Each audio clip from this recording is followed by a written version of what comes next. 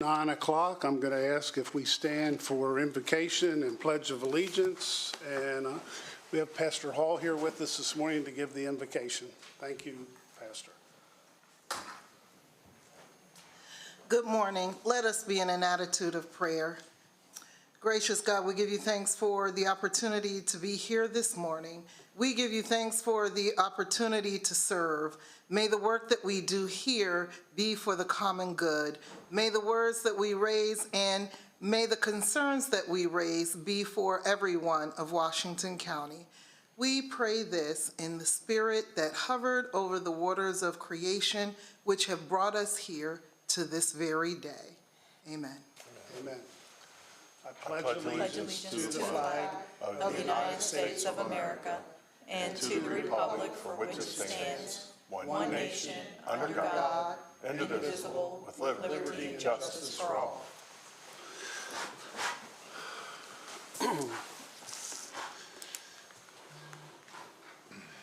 Before we enter citizens' participation time frame, I'd like to once again read the rules of engagement for this time of citizens' participation. I want to address the new rules. We have received constructive comments from several community members who value the First Amendment as well as we do. And I want to make sure that our rules do not abridge anyone's rights. First, our rules are not meant to restrict viewpoints. All you have to do is watch the past few months' meetings to see that we are extremely tolerant of critical comments and allow them to be expressed.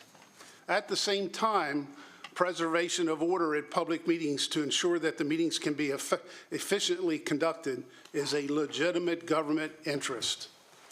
The Constitution allows for the county to establish reasonable rules to that end.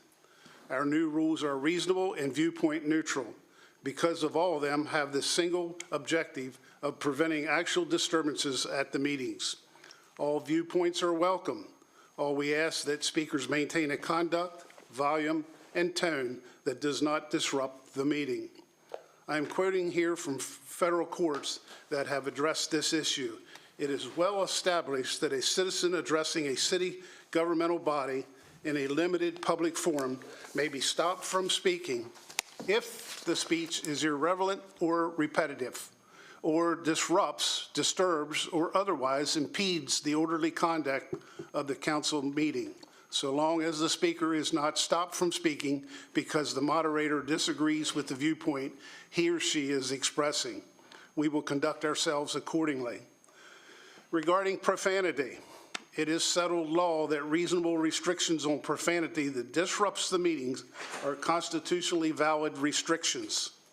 The question is when such language becomes disruptive. It is my job to make that distinction. We occasionally have children who come to these meetings. In that case, excessive, repetitive profanity that serves no purpose other than shock value will be disruptive to the meeting, as it will require parents to leave the room and impede the children's and their parents' ability to access the meeting. We also have people who watch at home. These people have every right to access these meetings. But if a speaker uses extreme, excessive, and repetitive profanity such that cable television and social media restricts access to our videos, in my opinion, that is disruptive because it impedes the access of those at home. I am going to ask all speakers, regardless of viewpoint, to be sensitive to the rights of others when speaking. If profanity gets out of hand in a way that is excessive and repetitive and disruptive, I will ask you to stop, regardless of the viewpoint being expressed. Finally, I ask all speakers to be mindful to others. If a speaker's conduct, volume, or tone is such that a reasonable person will view it as threatening or aggressive, such that reasonably fear danger of bodily harm and for that reason want to leave the meeting, I will ask the speaker to cease the conduct, lower the volume, or change the tone of their remarks. Again, regardless of viewpoint, so that they can make their viewpoint known without disrupting or impeding the meeting. The rules are a work in progress, and we are grateful to the community members who have provided their input. Our hope is that speakers will feel comfortable to express their viewpoints while being sensitive to others so that all viewpoints can be heard. With that, I'm going to ask the first on the sign-up list is Curtis, I guess it's Curtis Ray.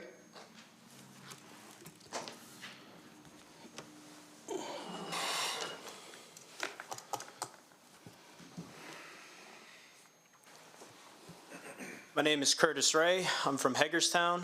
I had a whole speech prepared again, but we're back to the same issue with citizen participation, the timer. So with citizen participation, you know, we're all allotted the 3 minutes and whatnot, but what we choose to do with those 3 minutes, be it demonstration or, you know, comments in general that may be a little uncouth or kind of, you know, condemning would be the term.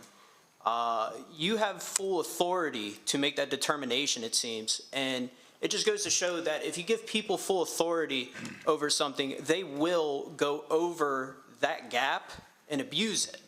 So, give you an example, Sean Porter, yeah, he has quite the theatrics, I would call it, but he does everything within his 3 minutes. He doesn't speak out of turn for the last few meetings I've seen. And during his 3 minutes, you know, he did show his extremities, I would call it. And for some reason, now he's banned from these meetings. I believe that, yeah, it might be a bit, you know, crazy, but he's still protected under the First Amendment. And you guys say that we need to follow social media's terms and conditions, same with the TV and whatnot, but they're not the government. This is the government. They can have their own rules, but the government has its own set of rules that we are protected by. And that's demonstrations, that's speech, that's lyric, that's whatever have you. At least we're protected. And it's up to you as the arbiter to determine what should be protected. And you are making it seem that if anybody criticizes you, you're going to condemn them. Yes, it might be a little absurd what he's doing, but he is still expressing his First Amendment right. And it should be protected. Yes, it's at you guys. Yeah, it's pretty rough. But that's what you all signed up for. You're elected officials. You have to be able to take criticism. It's part of the job. And I don't understand why you guys are fighting him tooth and nail. You guys are spending so much money to fight this man. And all you have to do is let him rattle on for 3 minutes, and that's it. You're done with it. Even if he shows signs at, you know, public functions and whatnot, it's still protected. And you need to understand that it is our God-given right as Americans to express our values. And I believe it should be protected. And you are the first line of defense against that, and you should be the one actually giving people the right to do it. There should be no reason that you should be going against the First Amendment. And yes, it's rough. I fully believe it must be rough having someone crash down on you, but it's part of the deal. I'm sorry, but it is. And with that, I'll see the rest of my time. Thank you, Mr. Ray. Next up is Dave Williams. Good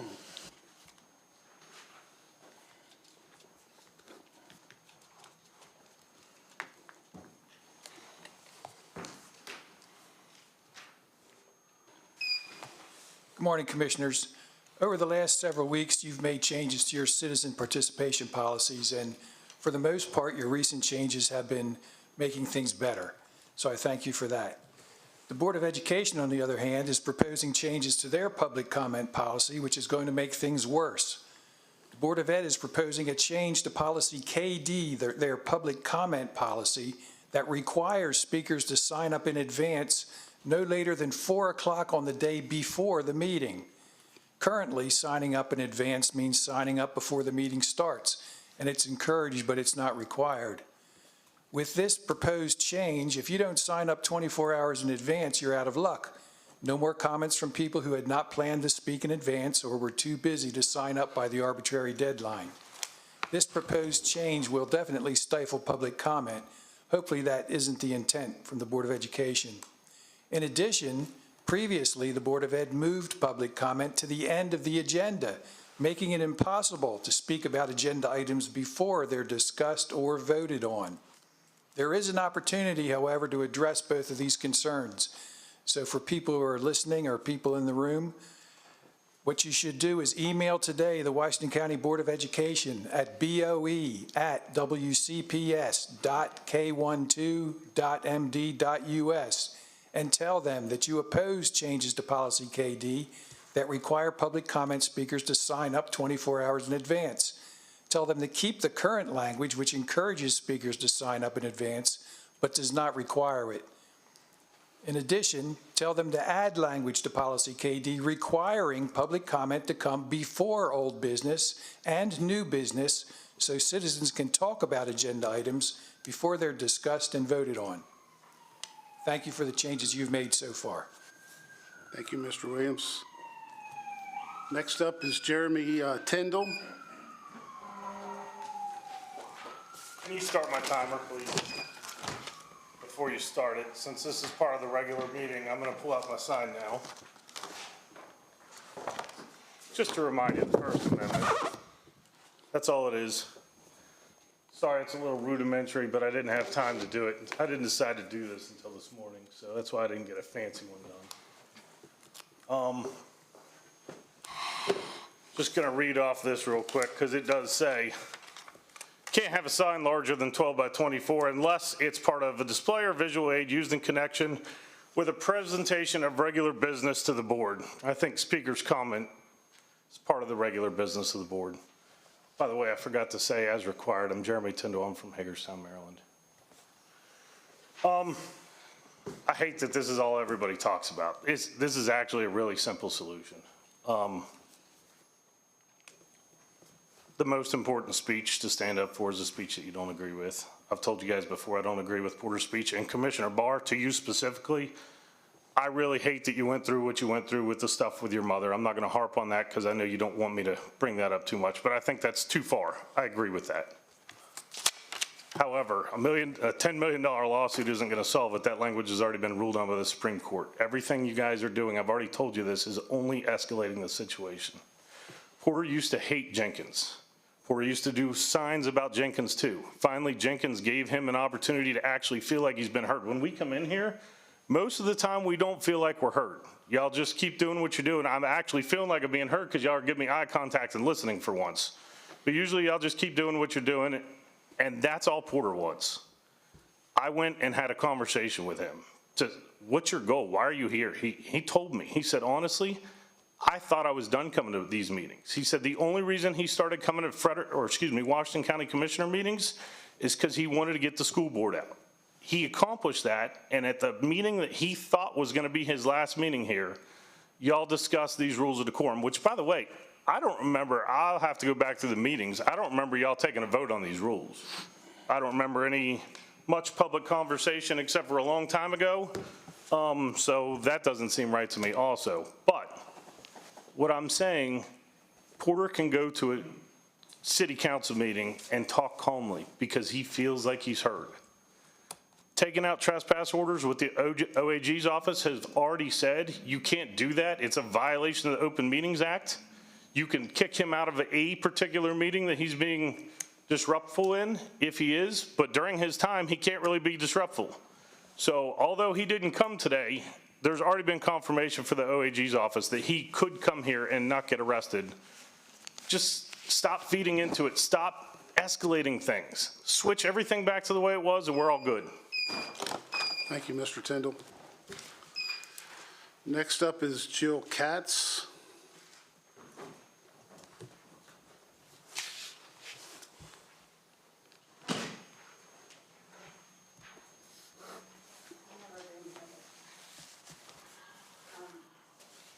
My husband and I live in Hagerstown, and we get worried about the traffic where it is in Logan'sville, like where they're building a new, like Wawa. Can you speak into the microphone, ma'am? Yes. I'm sorry. Sit down, relax. Yeah. This one? Yes. Oh, okay. We're just worried about like the traffic where they're building that new Wawa because the lights will flash like Pennsylvania Avenue and, Leitersburg Pike. And, there's a lot of new other buildings that are being built, and we just don't want any, traffic accidents or people to get hurt like that. Sorry, that's all. Thank you. Commissioner Klein, you want to address that Yeah, to the TAC we'll committee? bring that up. Yeah. I wrote a note for myself to do that tomorrow. We'll bring that up with the TAC committee. That's Transportation Yeah, Advisory explain that, Committee please. meeting. So, Ma'am, did you hear that? We'll bring that up with the traffic advisory committee. We meet regularly. Point of order, please. okay. I'm sorry, but citizens' comments, we have rules for citizens' comments that we do not interact on Very good. citizens' Thank comments or you. address these issues. We Thank don't. you. Thank you. Unfortunately, that's a circumstance that's been generated by some outlandish behavior. Appreciate it. Thank you, Commissioner. Thank you. Next up is Arthur LaRue.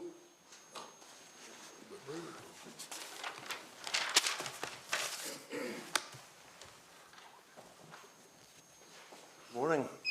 Arthur LaRue, Hagerstown, Maryland. I'm guessing that all the First Amendment refinements and issues are going to be worked out in the courts. So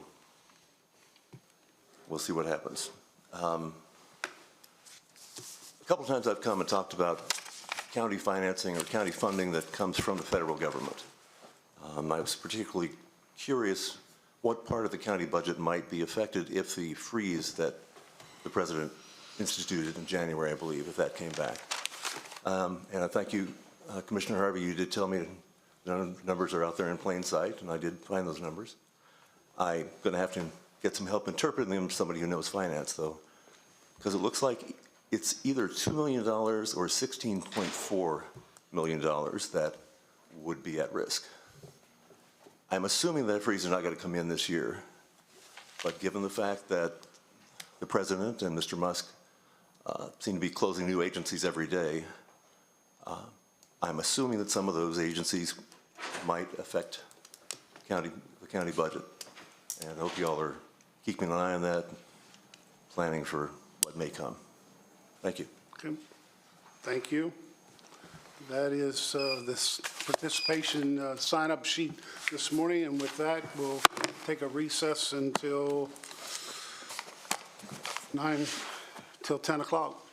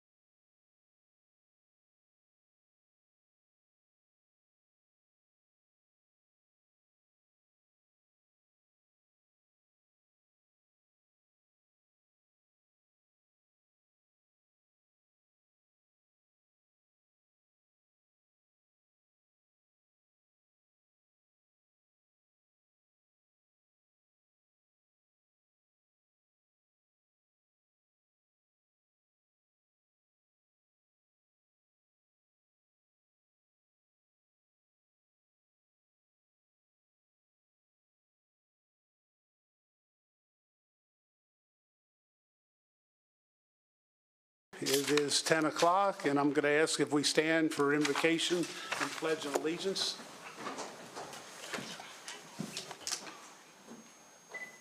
Esther Hall is here to give us an invocation. Thank you. Gracious God, we give you thanks for the ability to be here this morning.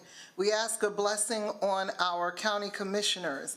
We ask a blessing on those who are here to present their work. And we ask a blessing on the agenda that has been set for today, because it is in this agenda that the work of your people are being done. We ask that this work be called to order, in that it is a blessing to all the people of Washington County. We give you thanks for the opportunity to meet those you have sent to serve and those who will be served. We pray this in the name of all creation and the Spirit that called us here together. Amen. I I pledge allegiance to the flag of the United States of America and to the republic for which it stands, one nation, under God, indivisible, with liberty and justice for all. Thank you. With that, we have approval of the minutes of March 25th before us. We have a motion. Motion to approve. We have a second. Second. Motion is second for approval of the minutes as presented for March 25th. All in favor by saying aye. Aye. Opposed, same sign. Thank you. Next up is Commissioners' reports and comments. And Commissioner Wagner, you want to go first? Morning. Don't have much today. Wanted to thank all the telecommunicators. We had the opportunity to stop out at Dispatch 911 yesterday and do a little visit there, and thank them for their hospitality, and Al Matheny's hospitality, and all the staff and all the workers. They were really busy, and it's sort of very interesting to watch them in progress. So they do a real good job, and I know some people think things don't move fast enough, but believe me, there's things going on behind the scenes that the caller doesn't realize. So I want to thank them, and this is their week. In fact, every week's their week, but this is the one we recognize them. And on another note, Airport Advisory Committee meeting last week. Airport's doing wonderful. You guys keep up on anybody listening on what's all happening at the airport. A lot of aviation traffic, very well run, and they do a very good job of supporting themselves out there. So kudos to the staff and all the workers out there, the FBO, and everybody that participates in the success of our airport in Washington County. That's it for me. Okay. Commissioner Harvey? Just a quick comment. I didn't have anything prepared, but I was thinking a few minutes ago about how lucky we are to have such good staff leading our departments in this county. And it begins at the top with Michelle Gordon, who's been doing a superb job since we hired her.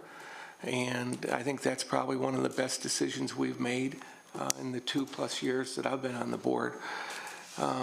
But we're also blessed with so many others, whether it's Mark Bradshaw in the Water Department, Andrew Eshelman, Neil Duran at the airport, Greg Carteret, Jill Baker, who's here. We're just really fortunate to have the good staff. And it doesn't just begin with them, because when we're out and about at the 9/11 Center, or we're at the Highway Department, or we're visiting in HR with CHIPS people, okay? We got really dedicated, hardworking civil servants here who know their business, are experienced. And one of the challenges we do have, and I'll just say this, is a lot of people come to the county first when they see a highway issue.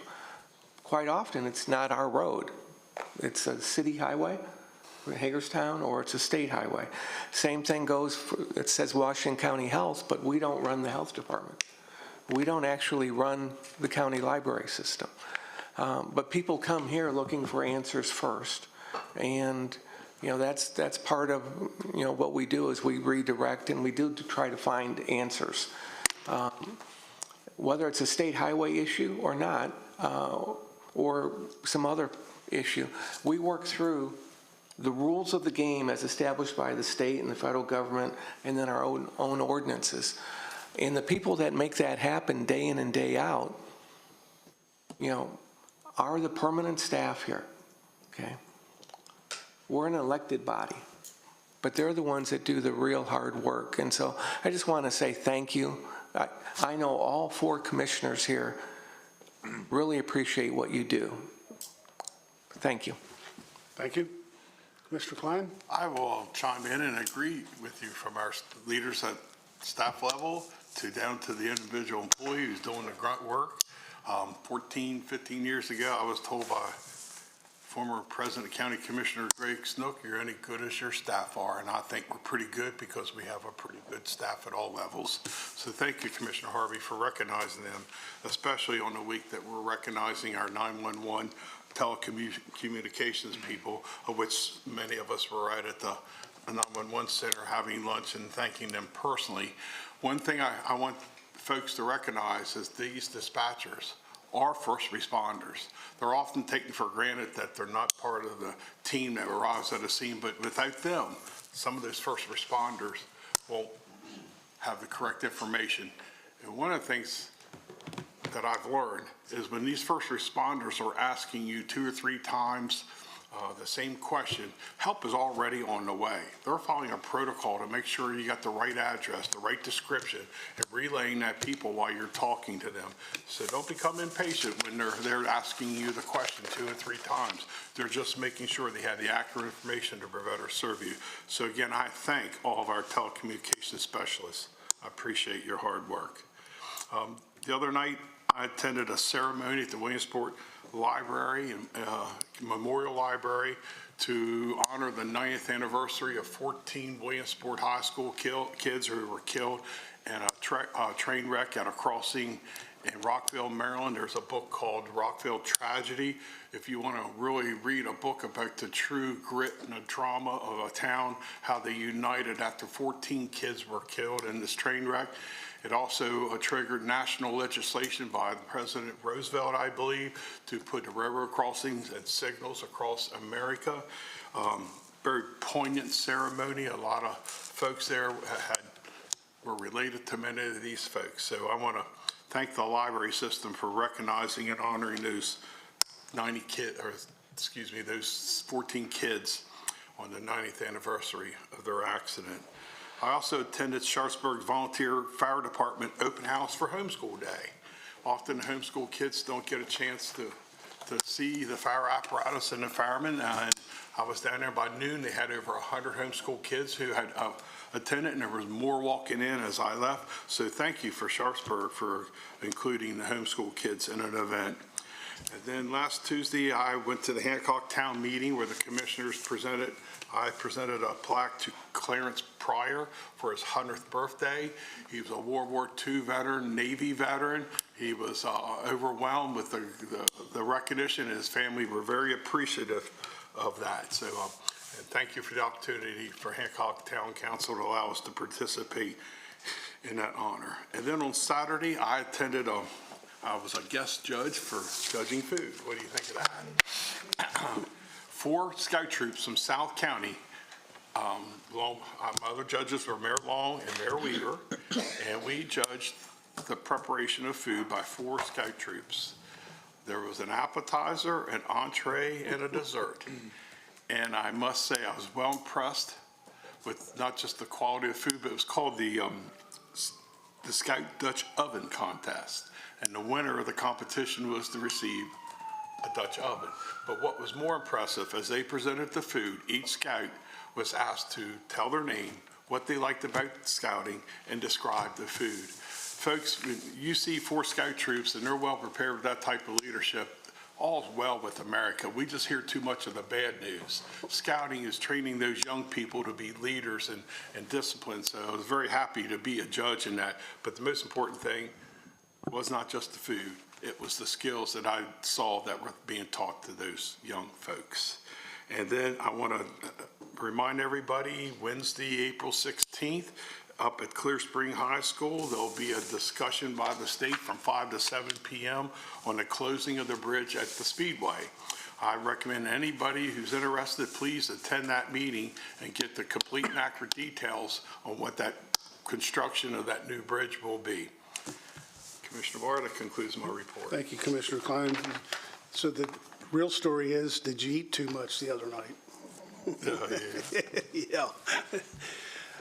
Ditto for me, too.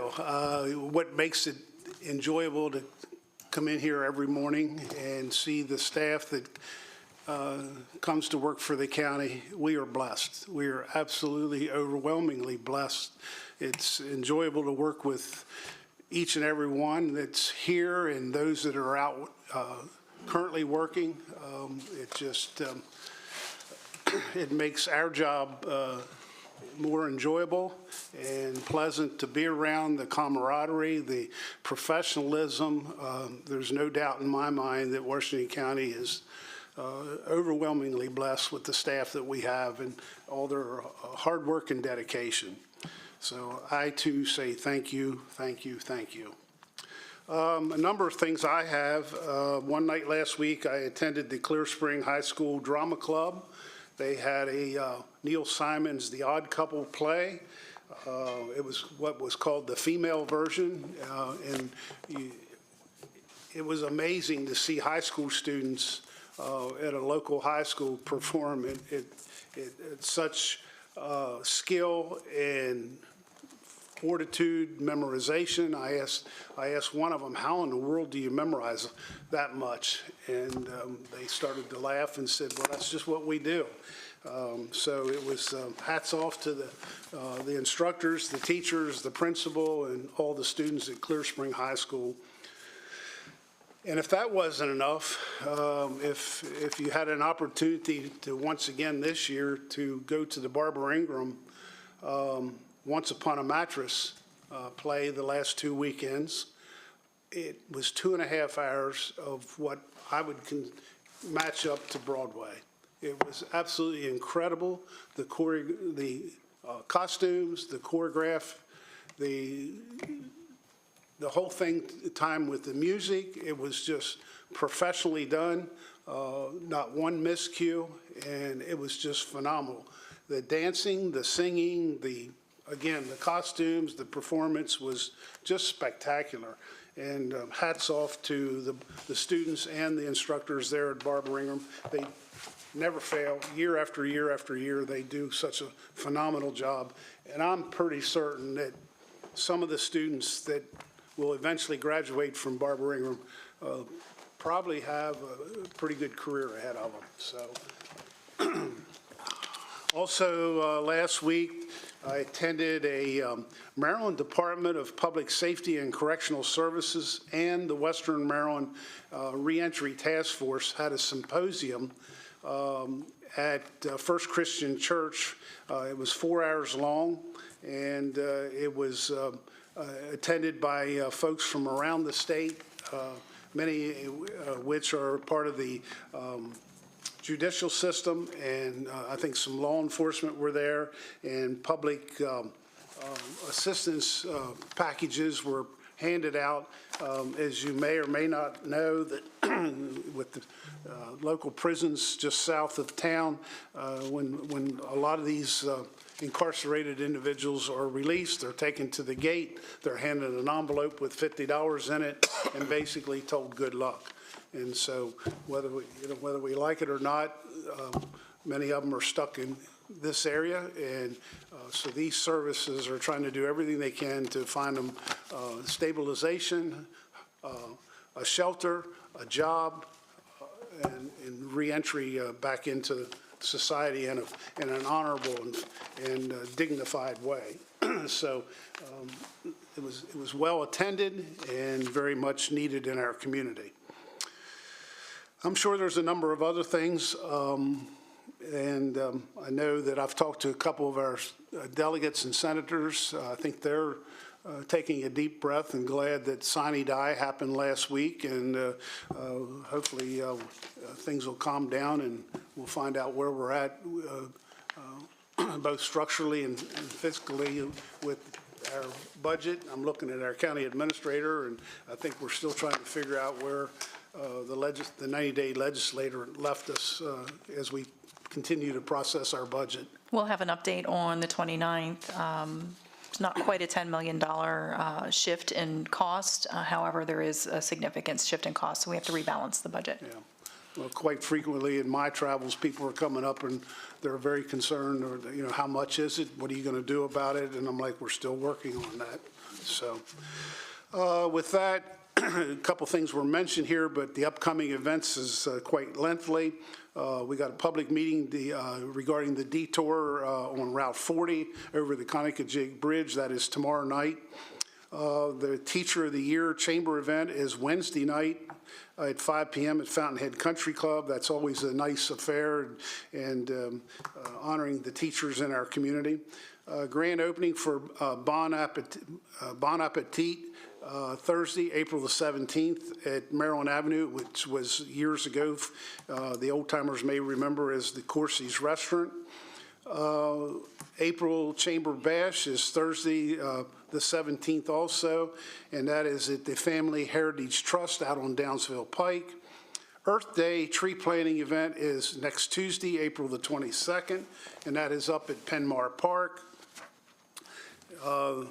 Next item is Central Maryland AFL-CIO Workers Memorial Service, Friday, April the 25th at 10 a.m., and that's out on their hall on Mulgans Avenue. And finally, the Appalachian Trail Community Unveiling of the Appalachian Trail Stamp Collection. That is Friday, April the 25th at 11 at South Mountain Park. And just a note, the Williamsport Evening Commissioner meeting, joint meeting is canceled for tonight. So that event has been canceled. So with that, we'll move right into staff comments. We've got a number of comments here this morning. And first up is Chip Rose.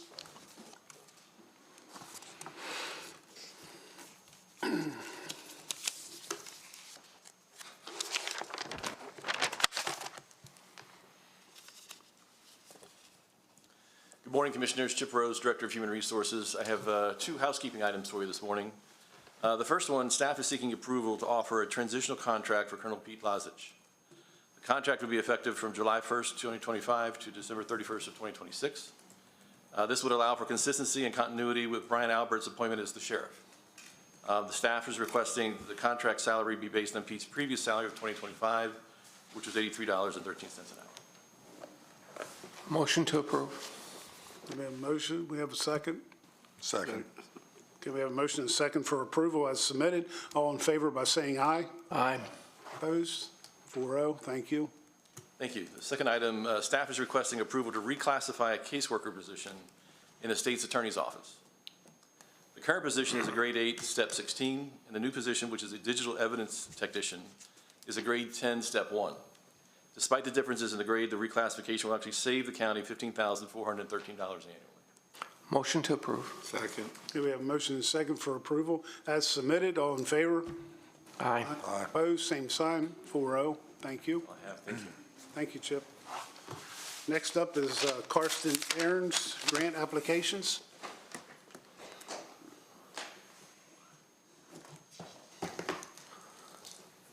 Carson Arens, Office of Grant Management. And Lieutenant Daniel Mon, Washington County Sheriff's Office. I have three items to bring before the commission today, all supporting the Washington County Sheriff's Office. The first one is we would request that you move to approve the application for funds. I'm having a little trouble with my eyesight here. Application for funds for the warrant for the Washington County Sheriff's Office for warrant apprehension program, help to reduce the number of active warrants currently held by the agency. This program provides overtime availability for sworn personnel to conduct investigative workups and targeted warrant sweeps to apprehend wanted subjects and betterment of public safety throughout Washington County, Maryland.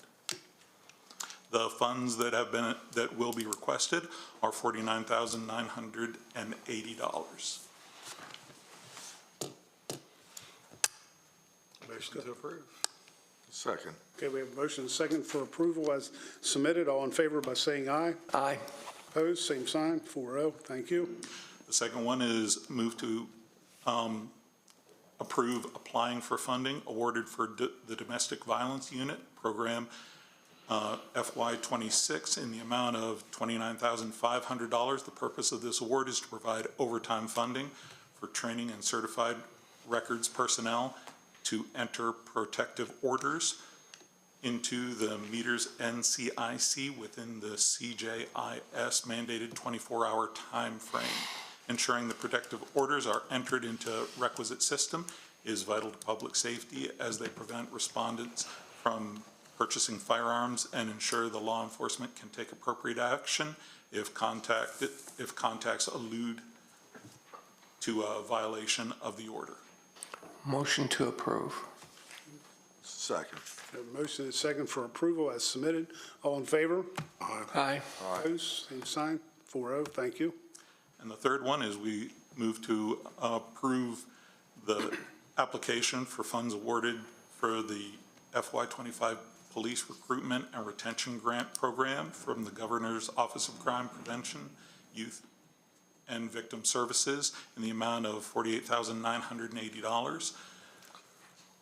The fiscal year 2026 Washington County Sheriff's Office Recruitment and Retention Incentive Program seeks to address the longstanding challenges of both recruiting new officers and retaining well-qualified trained officers within our ranks. This program will provide financial recruiting assistance to the agency that will allow it to expand its visibility within the immediate area and beyond. Additionally, the provision of polarized sunglasses provided as a retention incentive serves the dual purpose of ensuring that our deputies are protected while also providing meaningful and tangible show of appreciation for the increasingly complex work that they are asked to perform. Motion to approve, but a quick question. Let me second. I'll second it. All three of those grants, the latest one came through the governor's office, I think is what you said, or from the state. Is that origination state money or is it pass-through money from the federal government? And same question for the other two. That's all funding that is designated through the Governor's Office of Crime Prevention for state money to And it's state money, it's not pass-through from the federal government? Correct. Okay, thank you. Okay, we have a motion and a second on the floor. Any other questions? Ready to vote? All in favor by saying aye. Aye. Aye. Opposed, same sign, 4-0. Thank you, gentlemen. Thank you. And next up is Don Marcus.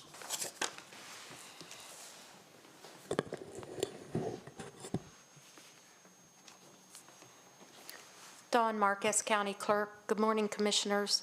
On behalf of the Washington County Gaming Commission, I am requesting a motion to reappoint Dawn Wintermoyer to serve a second two-year term from March 1st of 2025 through February 28th of 2027. Motion to approve. Second. We have a motion and a second for approval. All in favor by saying aye. Aye. Opposed, same sign, 4-0. That's all I have. Thank you. Next up is County Administrator Michelle Gordon. Thank you. Just to piggyback on some of the comments already made regarding the April 16th public meeting in Clear Spring, the meeting location is at Clear Spring High School, which is 12630 Broad Fording Road. That meeting is to discuss the detour of Route 40. This is a state project, which is a bridge replacement project for public safety reasons, and although it's a state project and not a county project, we will have several county departments on hand to assist with any questions. Also wanted to provide some staff comment related to a recently approved cell tower on Route 67 at the fire station, which was requested to improve public safety. The decision to permit the cell tower in that location was made by the Board of Zoning Appeals, or the BZA, not by the county commissioners. The BZA is a quasi-judicial board that is autonomous from the commissioners when making zoning decisions such as these.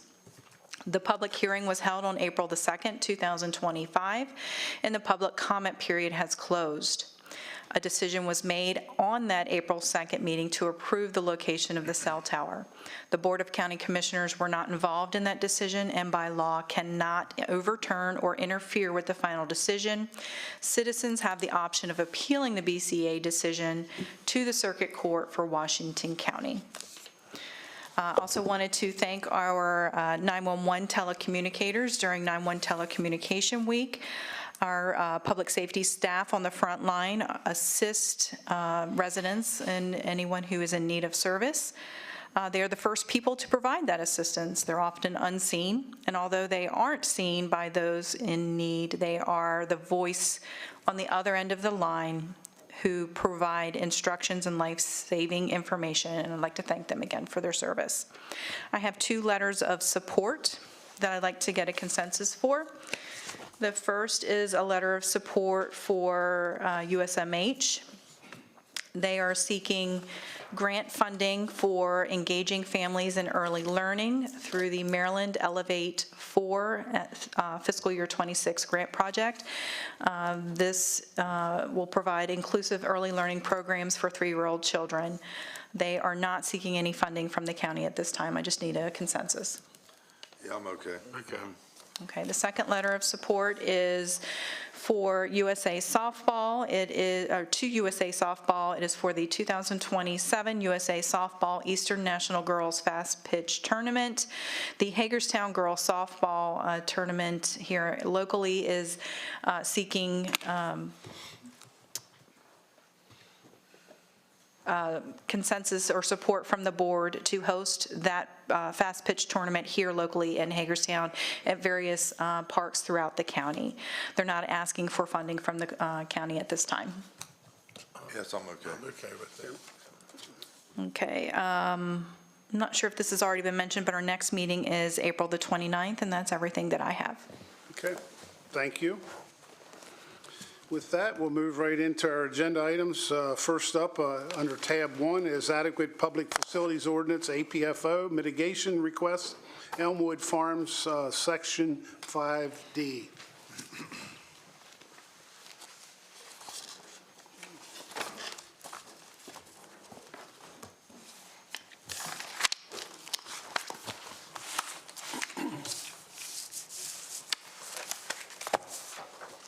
Michelle. I'm sorry. Oh, I got them, Bill. Thank you.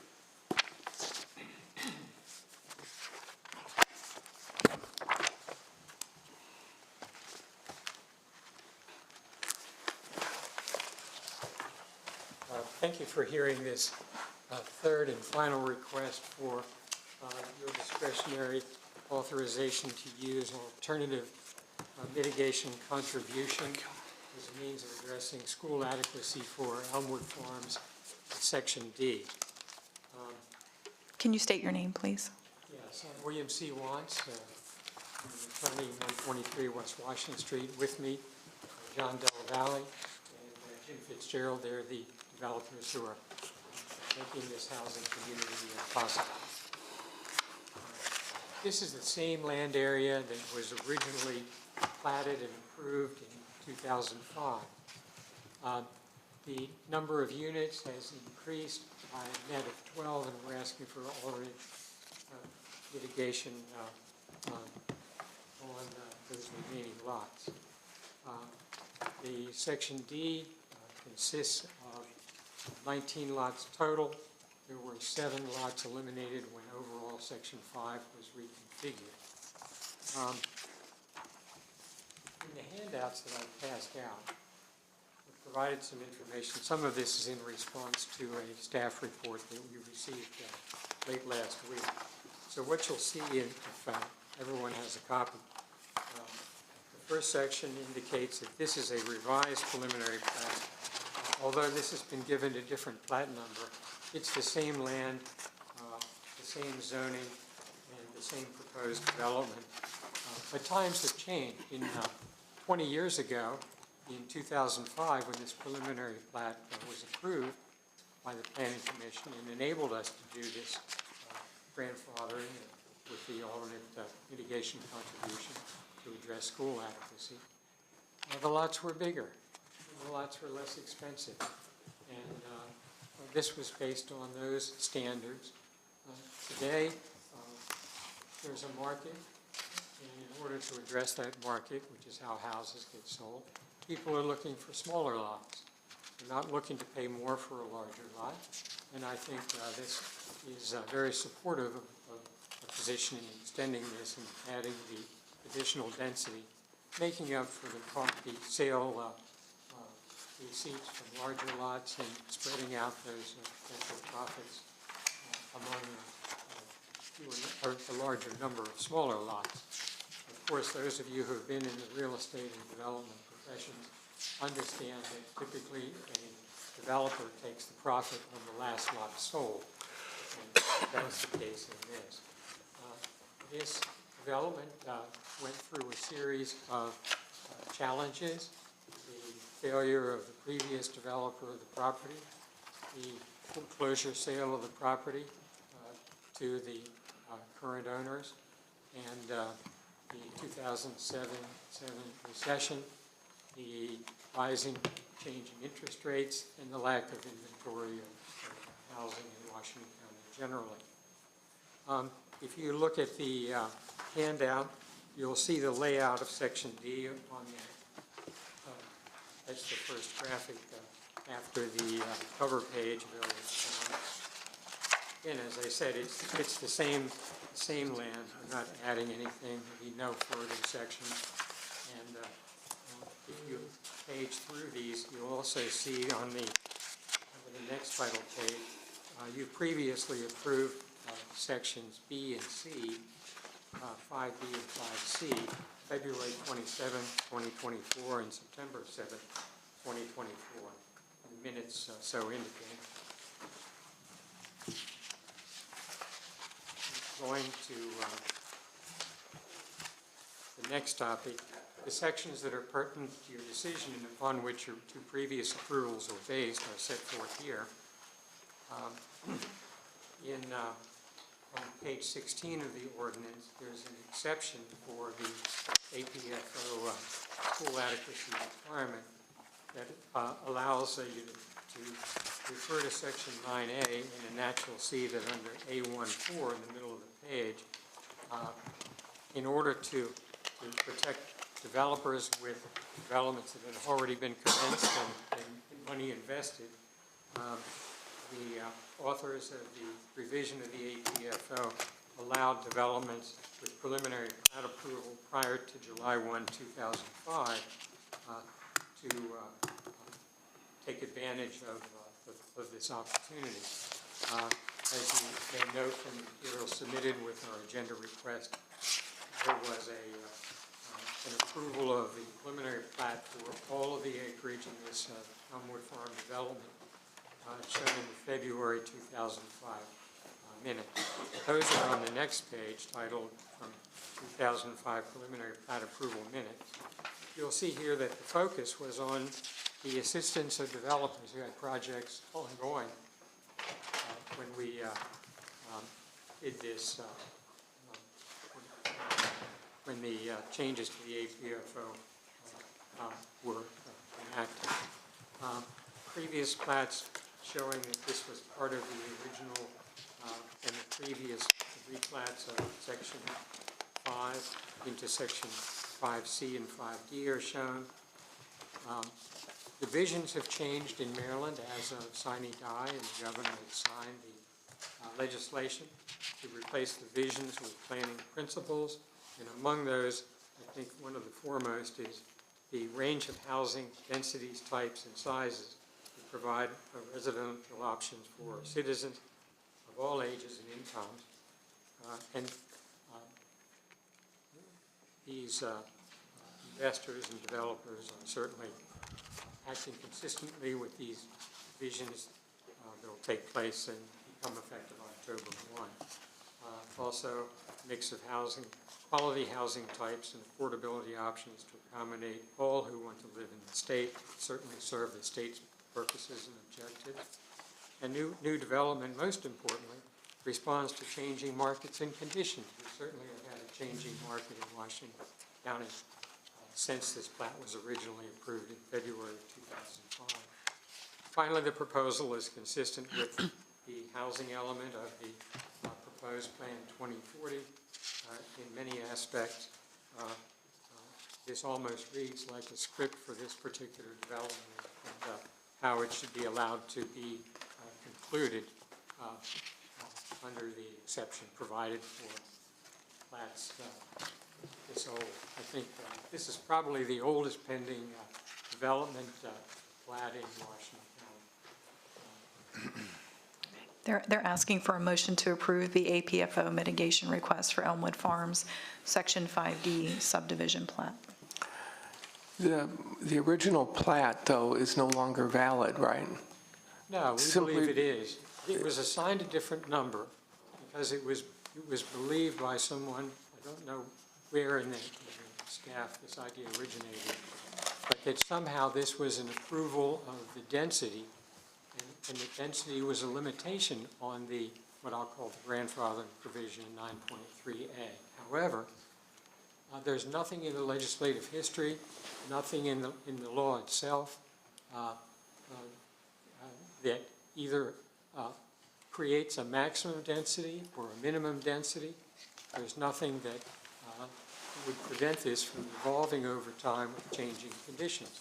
It's not the approval of the plat itself, but it's the time of the approval of the plat that enables developers to continue. And if it didn't, all of the infrastructure, the utilities, the streets, the pre-development work would be lost as an investment. And that's not what this, that wasn't the legislative Well, let me ask this then. If the original plat had 174 development sites in it, right? And now I think this is showing 19 over that. Doesn't that mean that there needs to be at least a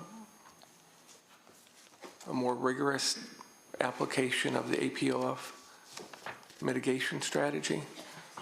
Well, the plat was approved last Monday night by the Planning Commission, subject to your consideration Right. of whether this privilege extends. It is discretionary with the county commissioners. It doesn't seem to me, as an attorney interpreting legislative intent, that there was an intent that these would be frozen in time. It seems to me that if you created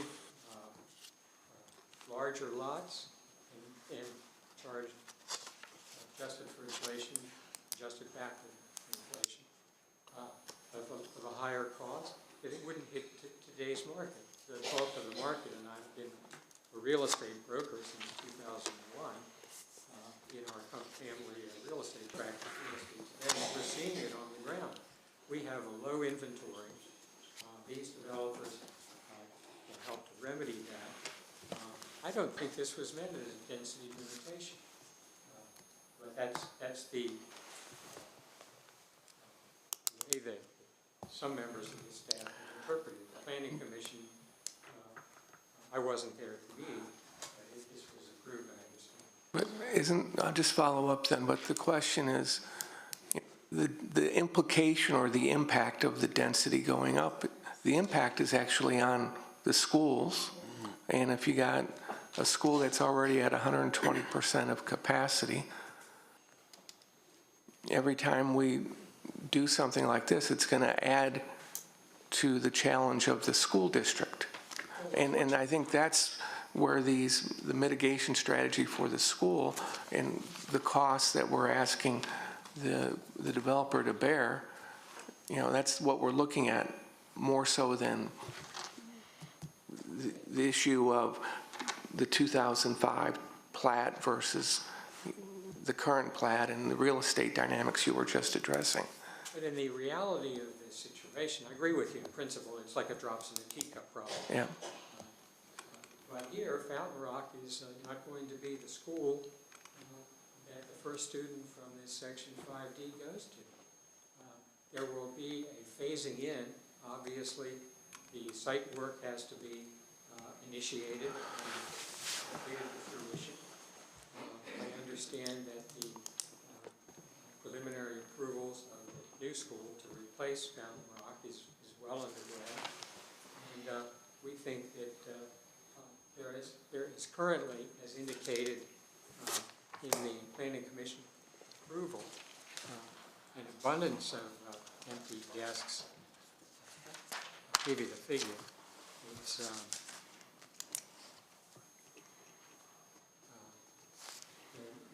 there are 931 students enrolled, and 1,094 is maximum capacity in the Planning Commission staff report, which is included in the materials. So we think this can transition nicely. I did look at the Washington County Public School documents, planning for capacity, and the projection is for the new school to already be over capacity. That wasn't the last report, but that's possible. Well, that may be something we need to look into before we approve this. Yeah, and just for everybody listening, for clarification, because I know it's confusing to people who aren't following this, this is no means have anything to do with approval of lots. It has no meaning of approval of the building concepts, the site plans. This is all about AFPO for these particular lots. And correct me if I'm wrong, Bill, but that's this. So for people listening, they might say, are you guys approving more lots? No, they're already approved. They're ready to go. It's just whether we're going to, it's like you're pointing out, whether we're going to approve waiving of AFPO fees. And so I just wanted to clarify that with everybody too. And because it does get confusing. And with that being said, we had waived some of them previously, correct? Yes, in sections 5B and 5C, Yeah. those accommodations were approved. Thank you for pointing out the difference in why we did. Yeah, because it does get confusing for people listening now. And Derek, Commissioner Harvey had some pretty good questions there. I guess it is a concern about, and AFPO fees, some people pay them, some people don't, depends on where they live in the county. So it's sort of out of whack anyway. So I guess I would just be thinking about, what the future is here with the cost coming for new schools and things. But This is the last section of undeveloped land in the originally approved Right. Can I speak to that just a second? This is John Dale Valley, owner of the project. And, we appreciate the opportunity to be in front of you today, but Jill's memo recommending no APFO relief called for us to adequately address the significant capacity issues at the school. And this has been a problem, I think, since the APFO was adopted in 2013. Now we're sitting at the end. There are 19 lots left. One of the key elements, I suppose, is the fact that this has an entrance on Kendall Road. But this is an old story, and we're in the middle. We're finally ready to complete the Elmwood project with these 19 lots. The homes, the 19 lots represent revenue to the county of $76,000 per year, just because the houses are selling for the low 400s. The prior developments that you approved, the APFO relief, we have been paying $3,300 some dollars per lot as a relief factor. And, that's a payment today of $63,600.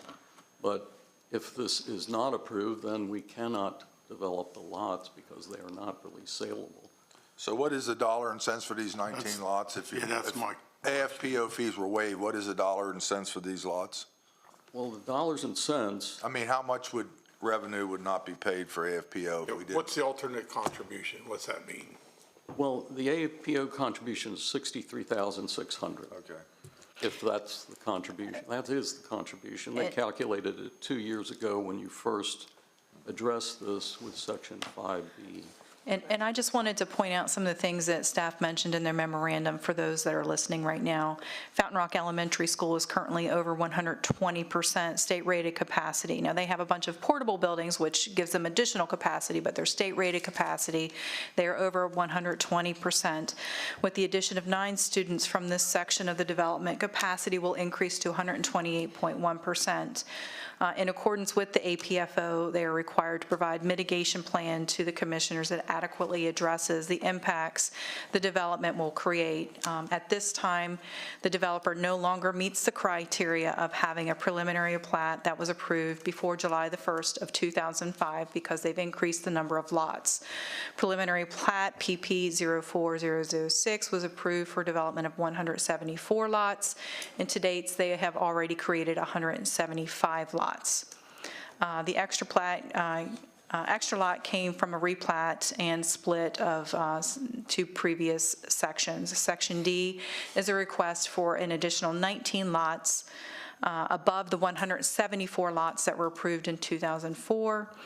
Staff's recommendation is that the developer must provide mitigation plan to the commissioners that adequately addresses the significant capacity issues at this school. I guess what might be helpful for me to understand is without us taking action, what is the cost per house for schools per house? And if we take action to waive, or what is the cost? What are we actually debating here as a cost per house? $3,300. Separate and apart from the taxes that will be generated from each house.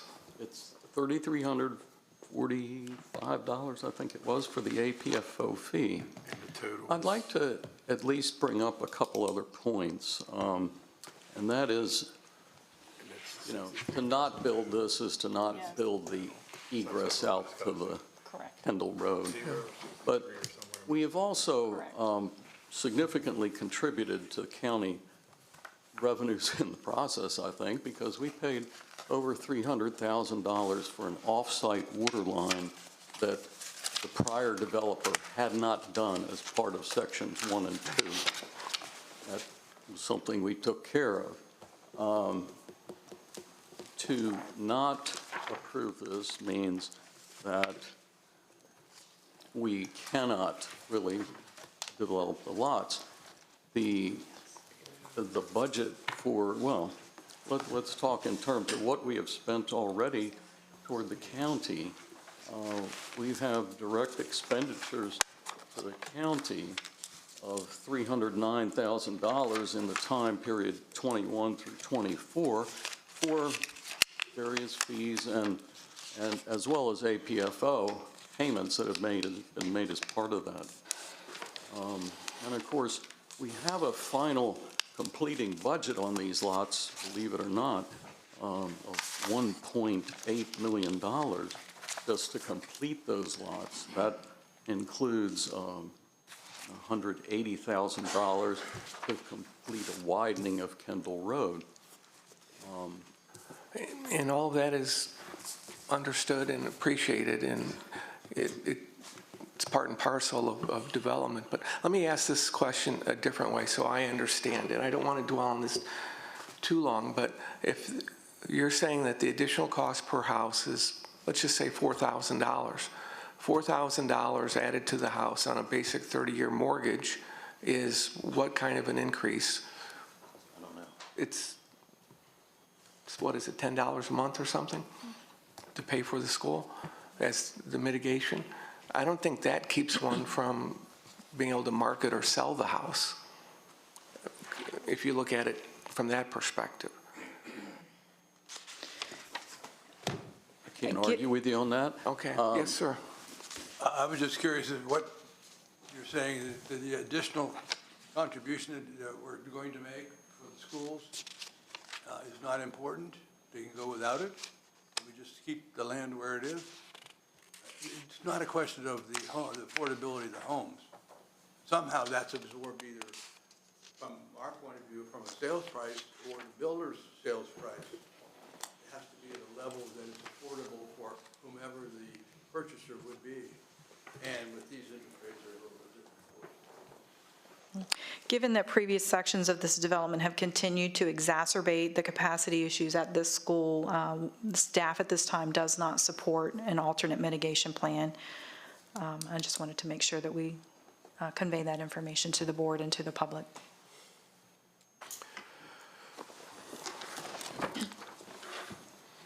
So we have before us an up or down on this?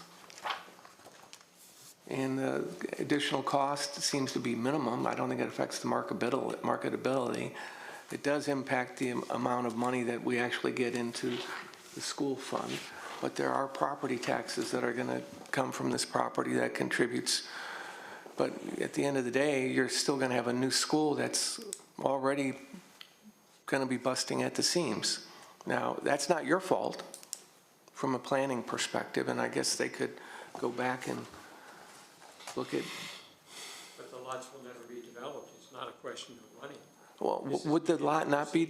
This is to proceed with the development. Yeah, but would the lot not be developed if it's $3,900?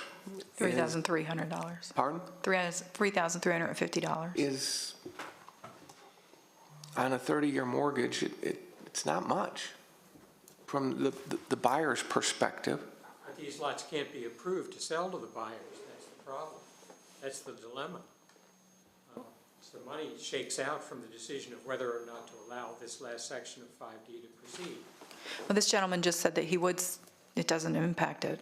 Well, we're not the builder, we're the developer. Okay. And not impacting the cost of the home. Let's say we just ate the difference.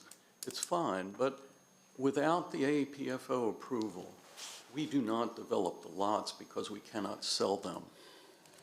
It's that simple. And I don't know. This is. Why can't you sell them? I don't understand. Because the APFO prevents us from completing the subdivision and recording the plat. You're saying that the AFPO fees are going to add enough money to each lot that you won't be able to market them to a builder? No, we need your approval.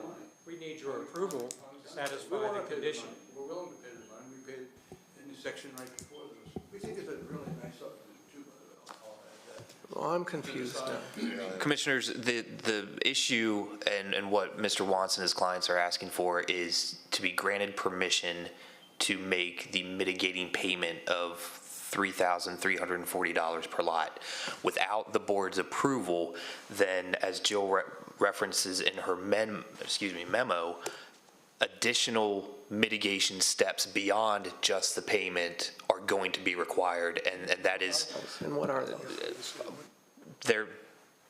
I don't have the public facilities ordinance in front of me. It's sort of up to the developer to propose something, a mitigation plan that they would deem acceptable, that they would want to work with Jill in her office on. So really the question is, are you going to let them pay the $3,340 per lot or have to do the other plan? Jill, hopefully I Jill didn't can butcher that provide too some much. additional clarification, I believe, onto Okay, now it's. what may be an acceptable mitigation plan. Okay. And this is where the additional cost comes in. Correct. Okay. I misread this. Sorry. So what we're talking about, thank you. Basically what we're saying here, we're not arguing the fact that they have the right to develop this property under this zoning. So it boils down to the APFO. What we are saying is that any time a development exceeds 120% of the state rated capacity, the developer is required to present to you a mitigation plan. They can no longer just default to the alternate mitigation contribution. In this particular case, what has happened in previous sections is that they have a preliminary plat that was approved prior to 2025, where the commissioners Prior to could, 2005. I'm sorry, I said 2025, 2005, that the commissioners had the opportunity to let them move forward by just paying the alternate mitigation contribution. At this point, what staff is saying is that they have gone above and beyond what was approved in that 2005 plan. Therefore, they no longer qualify to just move forward with the alternate mitigation contribution. We are suggesting that they should move forward with something more than just that.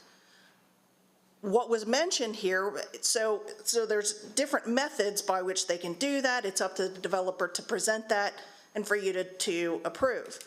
In the past, that's been accomplished through school site dedication, which obviously is not something that's appropriate here. It's been done through additional funds above and beyond the 3,300. Or it could be a limitation on permits. I heard them mention here that the buildings or the houses wouldn't be built until after the new school was in place. Maybe that's a potential that we tell them, okay, that's fine, but you can't build you can pay the 3,300, but you can't actually pull building permits until the new school is open, just to see if it meets the capacity at that point in time. So there's a lot of options that are available. It's up to the developer to present that and proffer that to you. All staff is saying at this point, we're not disagreeing with anything in terms of the development being approved. We're simply saying that we believe that the APFO in this particular case is not subject to that provision in the ordinance that allows them to simply move forward with the alternate mitigation contribution. So basically, 3,300 doesn't solve anything. What happens, we need a mitigation plan if we would happen to waive that 3,300 to see what's going to progress in the future. This would not be a waiver. This would not be a waiver. The AFPO, they need a mitigation plan. Well, it's Above the 3,300. above the 3,300, which I don't think we had this information before this, did we? I didn't quite understand it that way when I read it through, but now it's clear to me, crystal clear. I might add along that line is that we are paying $185,000 to improve Kendall Road. That's a contribution that doesn't exist today. Kendall Road's a little strange because where does it end, where does it begin? It's hard to say, but nevertheless, that was one of the things we discussed. And we also put in an off-site water line that didn't exist, and it was an not oversized line, it was a 10-inch line and a 12-inch line. And so that was $335,000 that never was in our budget, but we agreed to do that. That's part of the mitigation. We looked at it mitigating, and we said, okay, we will do it. We think it was a reasonable time. But, okay, so even if we doubled it, you're only talking, it's 17 homes, you're talking $50,000 more total for the development. If we doubled to 3,300. It's 63,000, it's 19 homes. Yeah, okay. So that doesn't really mitigate the problem of the school, does it? $60,000 extra doesn't make that big of a dent. Well, I think if you look at it in the context of how much they specifically are impacting the school, I mean, you gotta have to look at this as a whole, that all development impacts the school, but just looking at their specific, I mean, that money will get added into what the county has to pay as a match for the building of Downsville Pike. Yeah. So I wouldn't say that it doesn't touch the issue, because again, they are one developer who's creating 9 students, not necessarily 100 and some lots creating. Right, so 9 students, so what's the alternative to go above it? Is there an offer from the developers here to go above that? Yeah, yeah, and that's a good question. I guess I don't know, does staff have a logical mitigation suggestion? We will leave that to the commissioners and the proffer of the developer. As I said, we just don't think that the 3,300 is.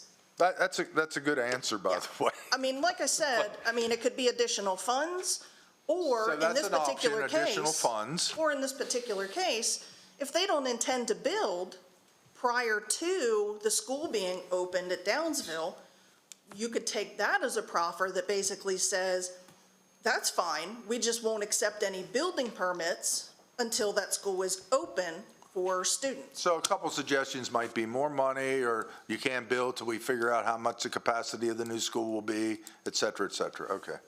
Yeah, Well, I got to wonder about that because the approved plan from last Monday night said the pupil yield was 4.18. And that contrasts a little bit with 9, but 4.18 was for the middle school, I Yeah. believe. We count all the students, not just the elementary school. We count all the students that are created. because to come down and present 4 of 9 leaves me in question. So I'm going to count. You know, I think Jim was talking about this, and, you know, for those who don't know Kendall Road, it's a dead end out there. You go 200 yards down, I guess, and it runs into a railroad track. We're charged and have, you know, agreed to pay for $180,000 of improvements to Kendall Road, which essentially widens it a little bit. It's a 25-mile-per-hour road, and it goes like this. And, you know, we're committed to spending that money, but it doesn't yield anything, in my opinion.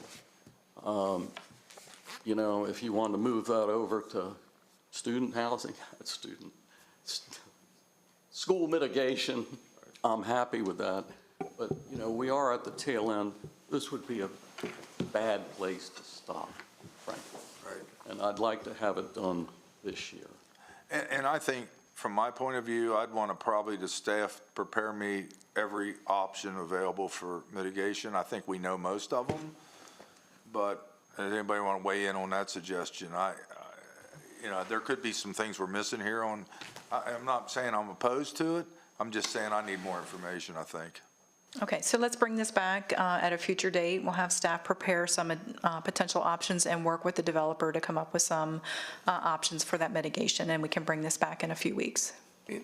And I'd also like to reiterate that, you know, we appreciate all you've done and the hard work you've done and the good development that you have there. And there is a need for housing in our community. So, you know, we got some cross currents here, but I think that's the way forward. Okay, all right, thank you. One of the things we can't address, I believe, is the building permit issue, because we don't build the houses. So we don't know what the demand will be by the builder to build houses and to control his program. We can't comment, I don't think we can comment on it. Do you think so? Okay. All right, thank you, gentlemen. What's the next meeting? The next meeting is April the 29th. I'm not sure if we'll have it by then, but we'll bring it back at a future meeting. If you can touch base with Jill, we'll work on the next meeting for you guys. Great,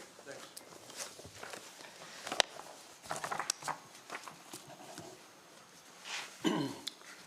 Next item is under tab 2, Swope Road Property Acquisition.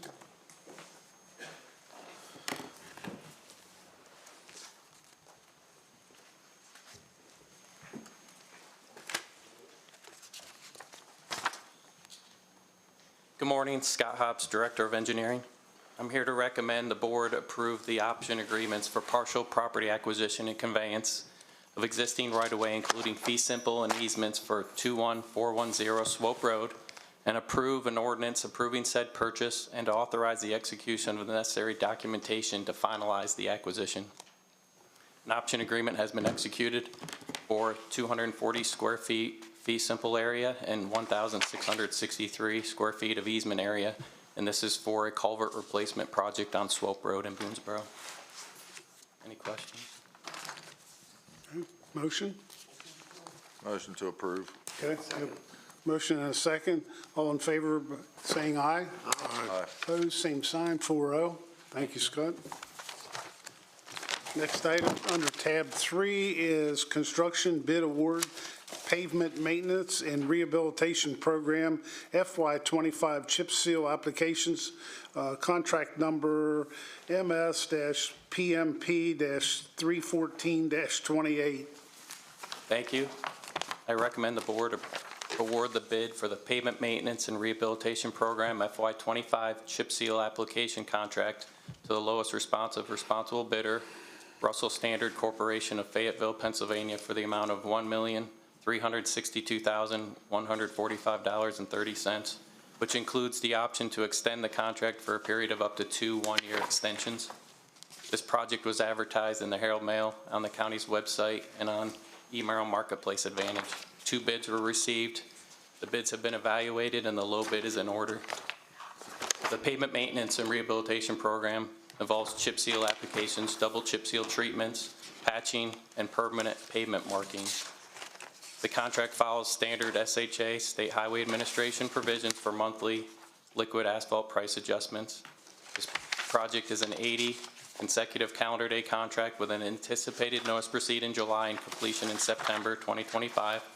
The bid documents include liquidated damages in the amount of $500 per calendar day for work beyond the completion dates and an option to extend the contract additional years. Motorists may experience some minor delays as a result of lane closures, but there are no major road closures associated with this work. Road signs will be posted throughout the duration of the work. We've provided the road listing, and it'll be posted on the county's website for reference. This is a budgeted capital improvement plan with the pavement maintenance contract. Any questions? 22 miles. 22. We have 950 miles of roads. 900 miles, centerline miles, about 2,000 lane miles. So this is 22 miles this year. It varies from 20, 30 miles per year, 40 miles per year, depending on chip seal. We focus on the rural roads for chip seal. There's about 600 rural roads we focus on of the 900 centerline miles. 300 of the miles are in the urban growth area and surrounding area, and that we focus on hot mix asphalt in those 300 miles. But this is focusing on the 600 miles, and this year, based on the roads provided in the road list and on the map, you can see is 22 miles. And that varies again from year to year slightly. And there's a process on how the roads are selected. Yes. And we'll talk about that a little bit in an upcoming presentation with Brandy from purchasing about how we have data collection and inspection. Thank you. Scott, a question I have we dealt with this Russell Standard Corporation in the past? Yes, they've been on several contracts in the past. And it's been successful? And yes. They've been good to work with? Yes. Thank you. Motion to approve. Second. Okay, we have a motion and a second for approval as submitted. All in favor by saying aye. Aye. Opposed, same sign, 4-0. Thank you. Next item is under tab 4, construction bid award, Professional Boulevard, Phase 3 and 4. Yes, Scott Hobbs, Director of Engineering. I recommend the board award the Professional Boulevard Phase 3-4 contract to the lowest responsible bidder, C. William Hetzer of Hagerstown, in the amount of $2,184,611 for the extension of Professional Boulevard from Yale Drive to Rosewood Village. Project was advertised in the Herald Mail, county's website, and on email Marketplace Advantage. 7 bids were received. We've evaluated the bids, and the low bid is in order. Professional Boulevard Phase 3-4 involves grading, stormwater management, and paving from Yale Drive roundabout to Rosewood Village near Isaac Court that connects with existing Professional Boulevard at Robinwood Drive. This is a 325 consecutive calendar day contract with anticipated notice to proceed in May 2025 and completion in the spring of 2026. Bid documents include liquidated damages in the amount of $500 per calendar day for work beyond the completion date. And this is a budgeted capital improvement project that utilizes funds from RDI 064 and RDI 071, which are Phase 3-4. And we've combined the phases in this last segment of the work. Just a curious question. How far is that? How long? What's the? We're about 1,200 lineal feet. How many? So about a quarter mile. About a quarter mile, yeah. Motion to approve. Yep, Okay, second. motion is second. Yep. Ready to vote? All in favor by saying aye. Aye. Aye. Opposed, same sign, 4-0. Thank you. Thank you. Next item, tab number 5, intergovernmental cooperative purchase, 25-0187, payment conditions survey. Good morning, Brandy Kentner, Director of Purchasing. The first recommendation after you this morning is the intergovernmental cooperative purchase, INTG 25-0187, pavement condition survey. Move to authorize by resolution for the Division of Engineering to purchase pavement scanning services from Street Scan USA out of Wakefield, Massachusetts, at the contracted unit price totaling $207,000 $770. This is based on a contract awarded by Pierce County, Washington. The Division of Engineering is requesting to purchase pavement scanning services to support the county's pavement maintenance program.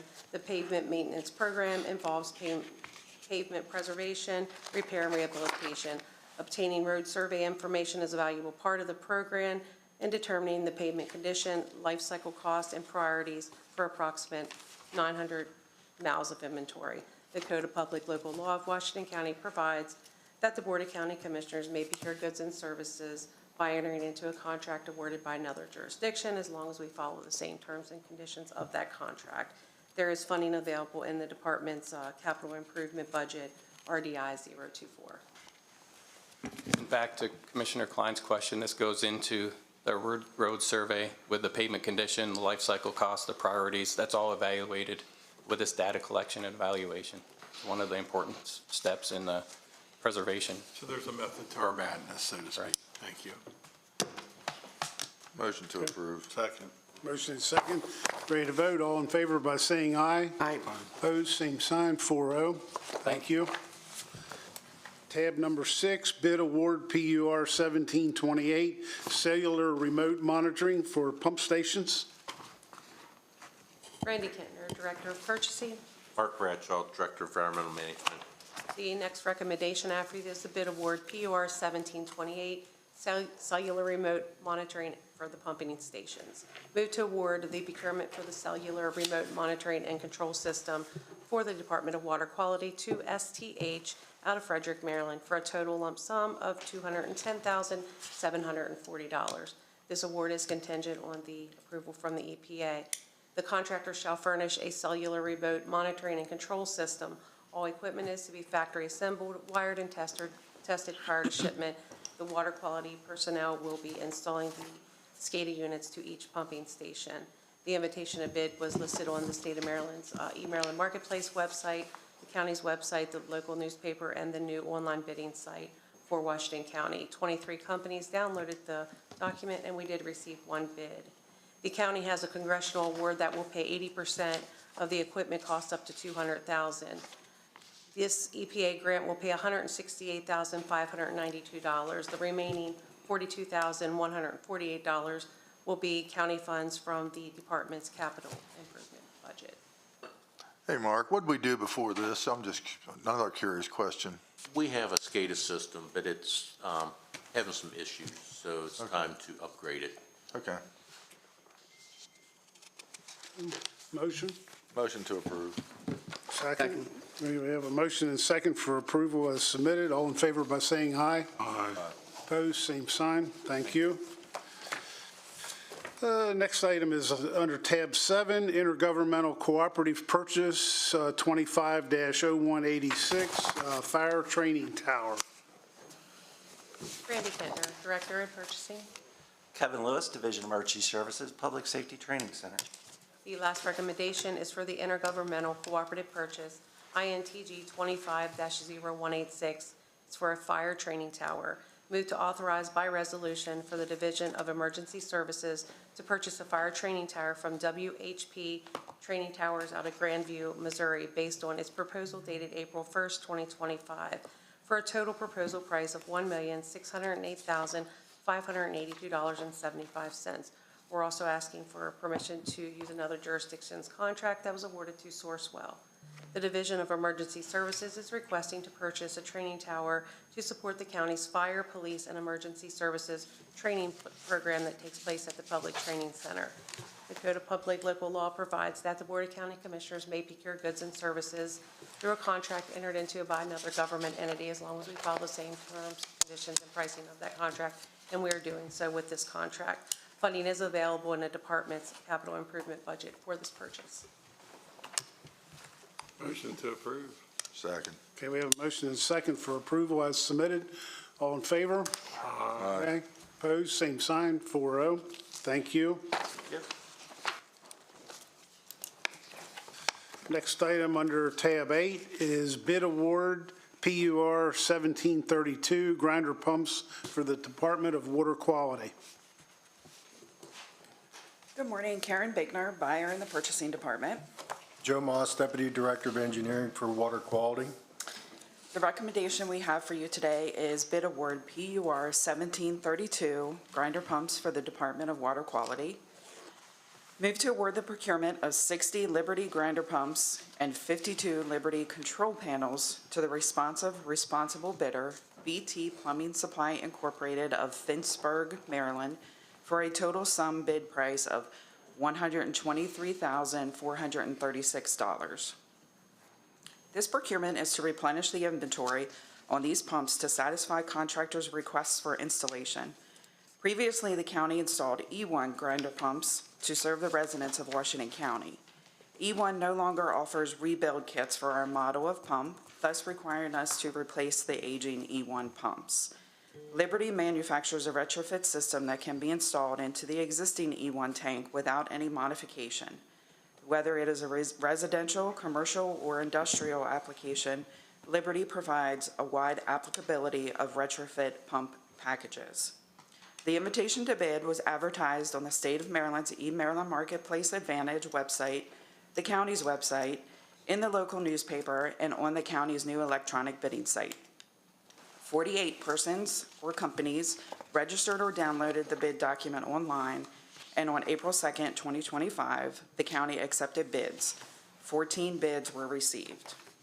Funds are budgeted in the Water Quality's Capital Improvement Account EQP 055 for this purchase.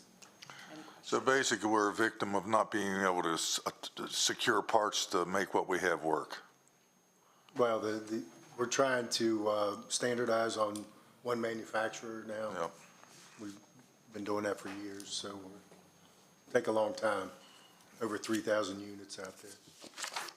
Do we charge the homeowner when we go out and replace the grinder pump? Is that how that works, or? I don't believe so, no. Is that right? Okay. Motion to approve. Second. Okay, we have a motion and a second for approval as submitted. All in favor by saying aye. Aye. Opposed, same sign, 4-0. Thank you. Thank you. Tab 9, update general agreement with National Park Service.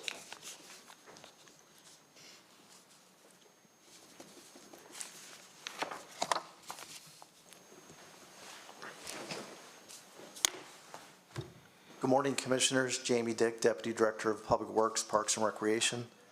The National Park Service is updating a general agreement with Washington County with regards to the Appalachian National Scenic Trail, which traverses through Penmar Park. Washington County Parks and Recreation Department is the lead agency and primary point of contact for matters pertaining to establishment, protection, and maintenance of the Appalachian Trail in Penmar Park.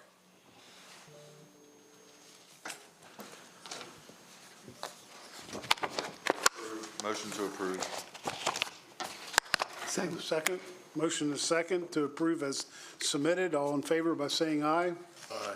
Opposed, same sign, 4-0. Can you have them remove some of those rocks off that trail up there? That'd be a tough job. Okay, next item is under tab 10, jail-based medication-assisted treatment program approval to submit application and accept funding as may be awarded. Karsten Ahrens, Office of Grant Management. Megan Willis, Director of the Day Reporting Center. There's actually a typo on this ARF. This is not for the jail-based medically assisted treatment. And in the discussion in the report and brief, it states what it actually is. This is to move to approve submission and application to accept funding as awarded for the Day Reporting Center. The Washington County Day Reporting Center is requesting approval to submit an application to the Governor's Office of Crime Prevention, GOCAP, for $270,000 and to accept awarded funding for their Day Reporting Center. Motion to approve. Second. Okay. Motion is second on the floor for approval. All in favor by saying aye. Aye. Opposed, same sign, 4-0. Thank you. Thank you. Tab 11, Public Safety Telecommunicators Week Proclamation. Please come forward. Jeff. Person? No, you go ahead, John. No, you're all right. Go ahead. We'll all join over here.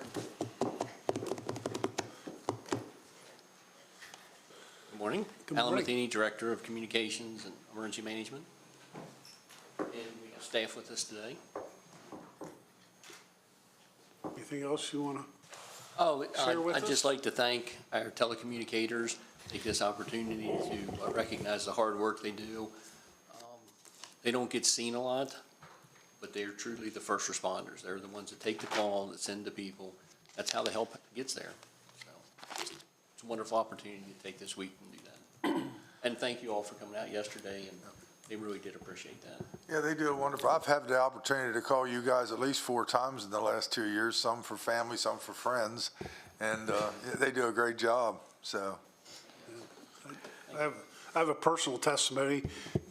I don't know when it was, it was 10 degrees outside one Saturday morning, and I called from a local location. I found a woman laying on the ground. I thought she was deceased. I thought she was froze to death, and spent a fair amount of time with the call taker, and it worked out very well. I mean, they did a fantastic job, location, point in time, and please don't leave her, and it was It's just comforting knowing they're on the other end. absolutely, it was very heartwarming. And I'll repeat, most people don't understand you're asking them 3 or 4 times the same question, but they need to understand help is already on the way. You guys are doing it, verifying for accuracy, that people aren't citing you the wrong location. Is that correct? Extra resources coming that they may need. So help is on the way, even though you're asking those questions multiple times. Correct. Just be patient with them. It is important that they get that information asked. Thank you. Thank you. So we do have a Public Safety Telecommunicators Week proclamation to present, and I'll let you come up front here. We normally present it here in front of the flags.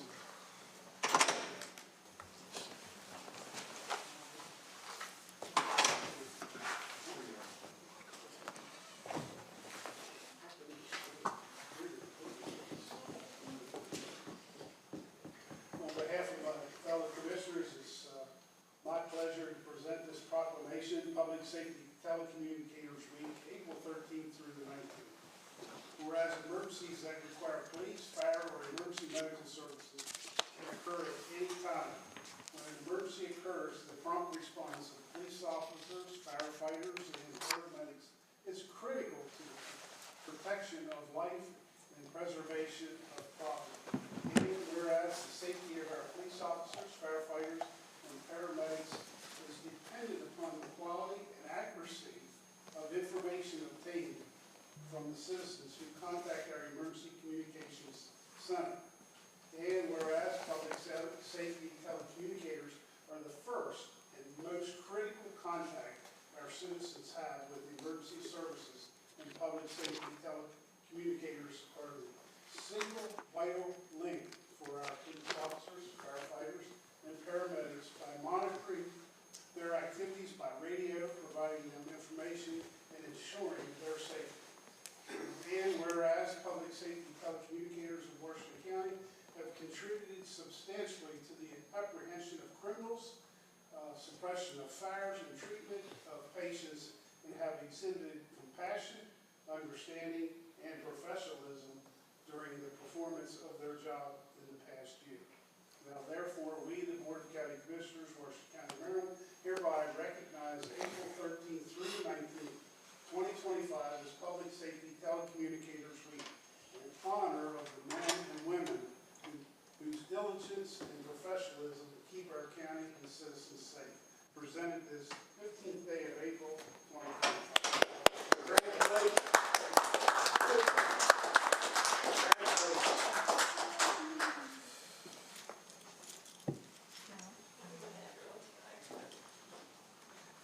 Here in the front.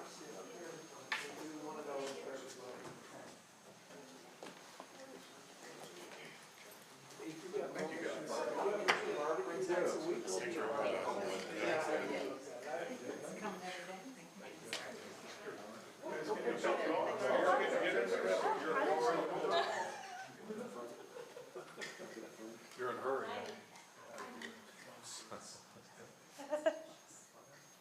Alrighty, are we good? Ready? 1, 2, 3.